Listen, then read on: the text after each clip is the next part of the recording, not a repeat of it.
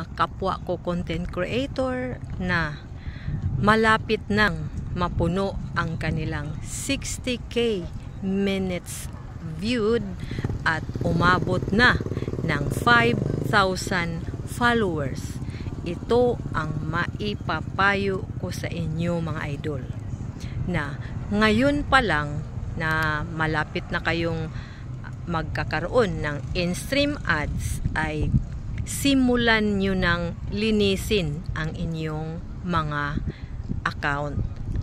Ang ibig kong sabihin ay yung mga post natin, yung mga post ninyo ay simulan ng linisin.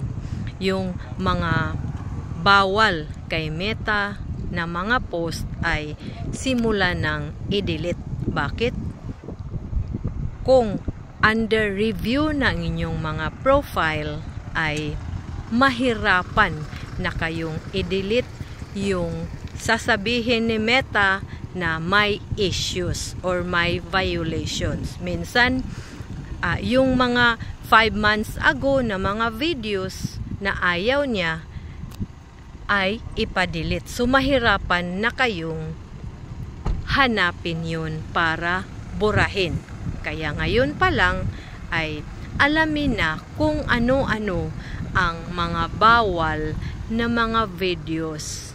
Oo, andyan yan sa dashboard natin, yung mga creator supports, yung mga kung ano-ano ang mga bawal na videos. So, yun lang mga idol. Sana nakatulong ang video na ito at saka mag-upload din kayo ng mga videos. Hindi lang yung pulos na lang live para makamit ang 60k minutes viewed for eligibility sa in-stream ads. Maraming salamat at mag-ingat tayo.